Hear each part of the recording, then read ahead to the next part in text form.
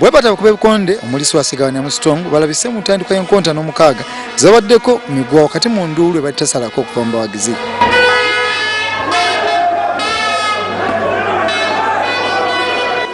Bibadde bikonde ebitali bya kulwanira ngule nga kibadde kizibu okukakasa oba Mwanje amalako enkonta n'omukaaga atakubiddwa kikonde tonziranga bw'asoose n'agwa mu lwano olwokubiri.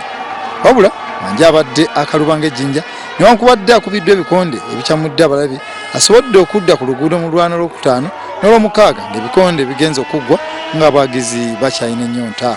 Naye abadde mugumu naye yazze yeetegese ne mukubye buli pancha abawagizi baage bonna mukirabye bamaneja bange bonna mbeebaza. Ebikonde Sega biwangulire ku bubonero 18 ku 16 nga kati ayo ya mulwanyi mulala.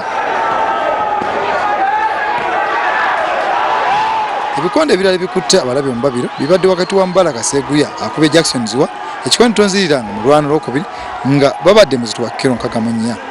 Ziwa ebikonde ebimukubiddwa bimutuusizza n'okwagala okudduka Meguwa ng'abadde musawo ayanguye okumukolako mu bwangu n'ayambibwa akabala era nga wano we bikomye.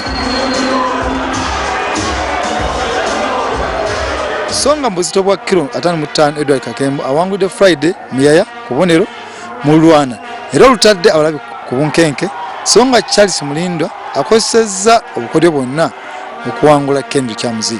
James Wanja, West TV, Kampala.